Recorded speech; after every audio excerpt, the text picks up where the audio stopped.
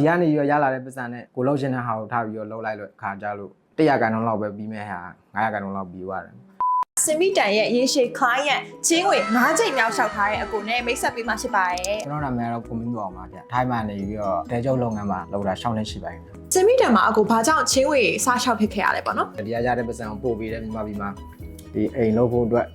လိုအပ်တာတွေဝယ်ဖို့ချမ်းဖို့အတွက်အခြေခံလူရန်သားလာကစားသမားတွေဖြစ်တဲ့အနည်းသားသမားတွေဖြစ်တဲ့အတွက်ကြောင့်မို့လို့တစ်လမှာ2ကြိမ်ပဲဝင်ငွေရှိတယ်ဟုတ်အဲ့ဒါတွေကိုစောင့်မှုအတွက်ကျွန်တော်တို့မှာအချိန်မလောက်ဘူးဖြစ်နေဒီကနေရလာတဲ့ပတ်စံနဲ့ကိုလှုပ်ရှင်တဲ့ဟာကိုထားပြီးတော့လှုပ်လိုက်လို့ခါကြလို့100ကန်လောက်ပဲပြီးမဲ့ဟာ900ကန်လောက်ပြီးသွားတယ်တချို့တွေက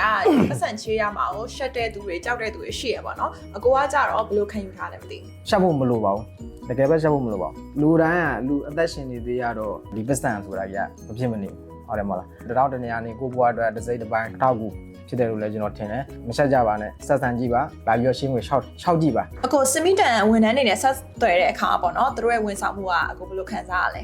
ကိုမြန်မာလူမျိုးတွေဖြစ်နေတဲ့အတွက်ကြောင့်မို့လို့ဒီသူများနိုင်ငံရောက်လာတဲ့အချိန်မှာငါတို့မြန်မာနိုင်ငံသားငါတို့လူမျိုးဆိုပြီးတော့ကိုလေးပေးပြီးတော့အဲ့လိုမျိုးကိုမမဟုတ်ပါဘူးရှင်းငွေလျှောက်တဲ့အချိန်ကိုချင်းမှ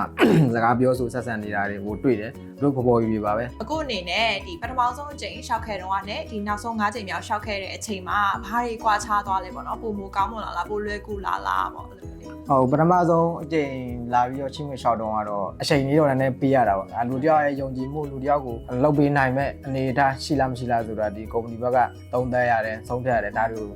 နားလဲပါတယ်ကျွန်တော်တို့နားလဲတယ်ပထမတစ်ချိန်နောက်ဆုံးအချိန်ကတော့ကျွန်တော်အများဆုံးပေါ့ငွေပမာဏအများဆုံးထုတ်တဲ့အချိန်မှာကျုံးတော်မှာကျွန်တော်လာစရာမလိုတော့ကျွန်တော်လိုချင်တဲ့ပမာဏကို live မှာပဲ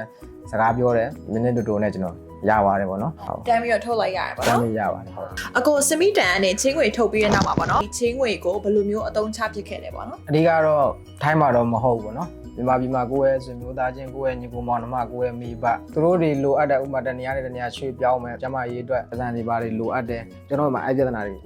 မရှိတော့ဘူးကြောက်လည်းမကြောက်တော့ဘူးဘာလို့လဲဆိုတော့ဒါရှိနေပြီကျွန်တော်အခုဆိုကျွန်တော်အသက်28နှ